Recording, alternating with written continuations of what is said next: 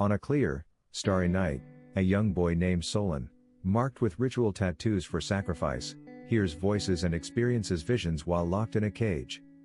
A rescue party, Mora, a Goliath paladin, Tali, a gnome wizard, Luzum, a dwarf monk, and Ahokal, an orc druid, arrives to free him. As they slaughter his captors, Solon watches in horror. Amid the chaos, a voice whispers to him, insisting none of this matters and claiming, "You are mine." After the battle, the group takes Solon and begins their journey through the forest, unaware that a wizard observes them through a crystal ball. Solon wakes in fear. Mora introduces herself, explaining that he was a prisoner of the cult of the dragon, a fanatical group that believes undead dragons will one day rule the world. As part of their rituals, they sacrifice people to dragon gods. Solon was marked with runes and symbols, destined to be sacrificed to Tiamat, the five-headed queen of evil dragons, at the Wells of Dragons, hidden within a volcano. The group plans to take him to Oriel for a cure. Tali remains skeptical, suspecting Solon might be one of them. Luzum insists the tattoos signify a sacrifice, not allegiance. Solon begins experiencing visions of dragons and, in a frenzy, stabs Mora, mistaking her for the dragon's eye. Tali attempts to use fire to subdue him, but Mora intervenes, stopping her. Mora calmly tells Solon to follow her outside the dome. There, she reassures him, saying she believes he didn't mean to harm her. Solon, distressed, tells her to leave him alone. Mora shares that before becoming a paladin of Torm, she nearly killed innocent people, highlighting her own past struggles. Mora, holding the sigil, explains that she chose to change and now fights those who once resembled her past self. She hands the sigil to Solon, urging him to keep it close. Suddenly, Ahokal warns of approaching enemies. Mora tells Solon they are heading to Oriel, a golden dragon capable of curing him. As they flee from their pursuers, they come upon a massive structure. Tali uses her magic to open its gates. As Ahokal battles to hold off the enemies, a powerful enemy wizard launches giant ice spears toward the group. Solon, driven by instinct, leaps in front of Tali to protect her, the spears piercing his back.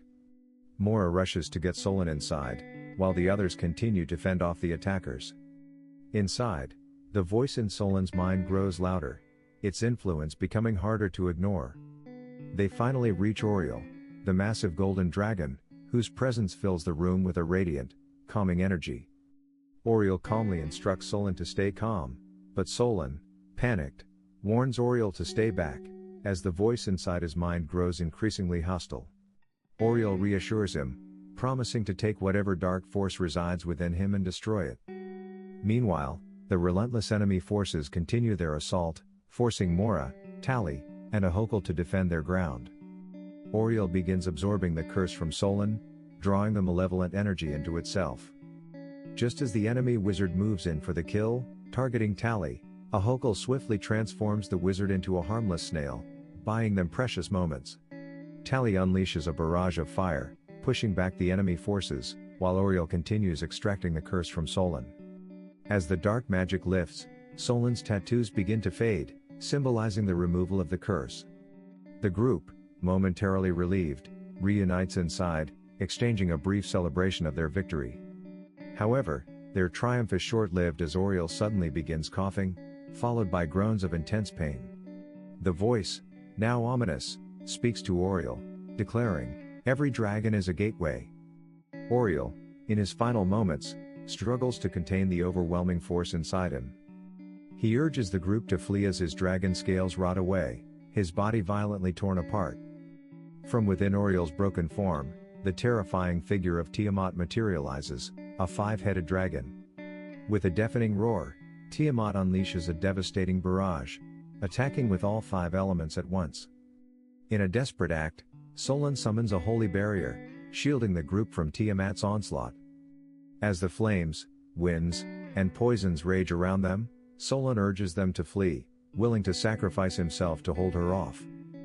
But Mora refuses to abandon him, declaring that she believes in him, and he is not alone. The episode ends with the five heroes, standing united, preparing for the impending battle against Tiamat. Like and subscribe the channel for more videos like these.